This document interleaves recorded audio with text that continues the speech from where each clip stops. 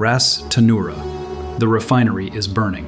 Not one fire, 19 simultaneous impact points across a 3-kilometer complex. Stay with me, because what was hit was not just a facility. What was targeted was a system, and what failed was the logic of modern infrastructure itself. The targets were precise. Crude oil stabilization units, gas-oil separation plants. Each strike was designed not just for destruction, but for systemic paralysis. This was not a random attack. This was an act of architectural deconstruction. The air defense systems, the Patriot PAC-2 batteries, did not fire. The threat came from a trajectory they were not built to see. Penetration was total. To understand the cascade that follows, you have to understand what Ras Tanura is. It is the largest crude oil stabilization plant in the world, processing over 5 million barrels per day. That is nearly half the country's entire output and 5% of the daily global supply. The facility is not one building, it is a network of interdependent industrial organs. The distillation towers need steam from the water plant. The water plant needs electricity from the cogeneration unit. The integration that provides efficiency in normal operations is the same integration that makes simultaneous damage catastrophic. This is the blueprint for systemic collapse. Let's talk about the crude oil stabilization process. This is where raw petroleum is processed to remove corrosive sulfur and volatile gases. 11 of the 19 strikes targeted these specific units. The attack immediately took 5.7 million barrels of daily processing capacity offline. This is not a temporary shutdown, this is structural damage to the core of the facility. The result is a bottleneck. The kingdom's ability to process its own oil was severed at the root. But the failure of the stabilization units was only the first domino. The real cascade began when the lights went out. Let's talk about the power infrastructure. Modern refineries don't just consume power, they produce it. 3 strikes were directed at the cogeneration plant's primary turbines.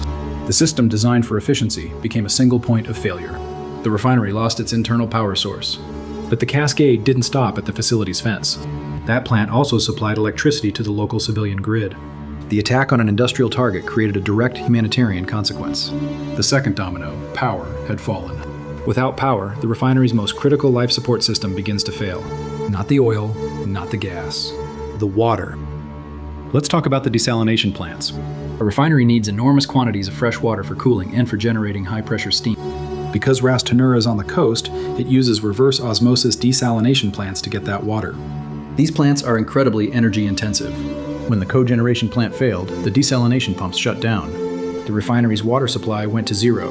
This is the core of the cascade. Without cooling water, any remaining operational units must perform an emergency shutdown to prevent meltdown. The fire was the initial wound. The water shortage was the systemic organ failure. The crude failure stopped production. The power failure crippled the facility's brain.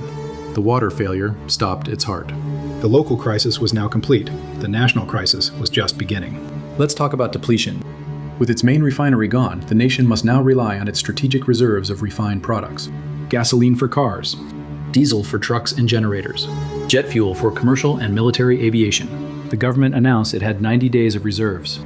That number assumes normal consumption. It does not account for panic buying, hoarding, or military mobilization. The real number is closer to 30 days. 30 days until the nation's logistical system seizes. The clock is now the primary antagonist. Every decision becomes a choice of what to sacrifice. A single kinetic strike has created a nationwide strategic dilemma with no good solution. Here is what this attack means from this morning forward. It means the new battlefield is not the front line, but the critical infrastructure that allows a nation to function. It means the most effective weapon is not the one that causes the biggest explosion, but the one that understands the target's internal architecture. And it means that in a globally connected system, a single, well-placed failure can cascade outwards, creating economic and political instability thousands of miles away. The distinction between military and civilian targets has been rendered functionally obsolete. The vulnerability was never the thickness of the walls. It was the fragility of the connections between them. The system that kept the nation alive worked. The system that was supposed to prevent it from being needed did not. The wreckage is real. What destroyed it is the dispute over the new rules of warfare. Ras Tanura, 19 systems.